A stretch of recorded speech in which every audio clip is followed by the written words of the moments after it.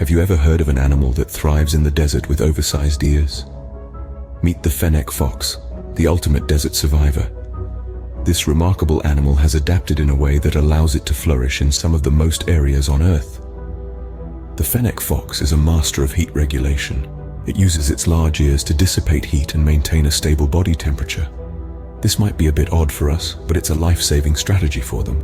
But there's more. This small desert inhabitant has another survival tactic. Believe it or not, the Fennec fox can endure without ever having a gulp of water. How, you ask? It gets all the hydration it needs from the food it consumes. It's a unique spin on the "you are what you eat" concept.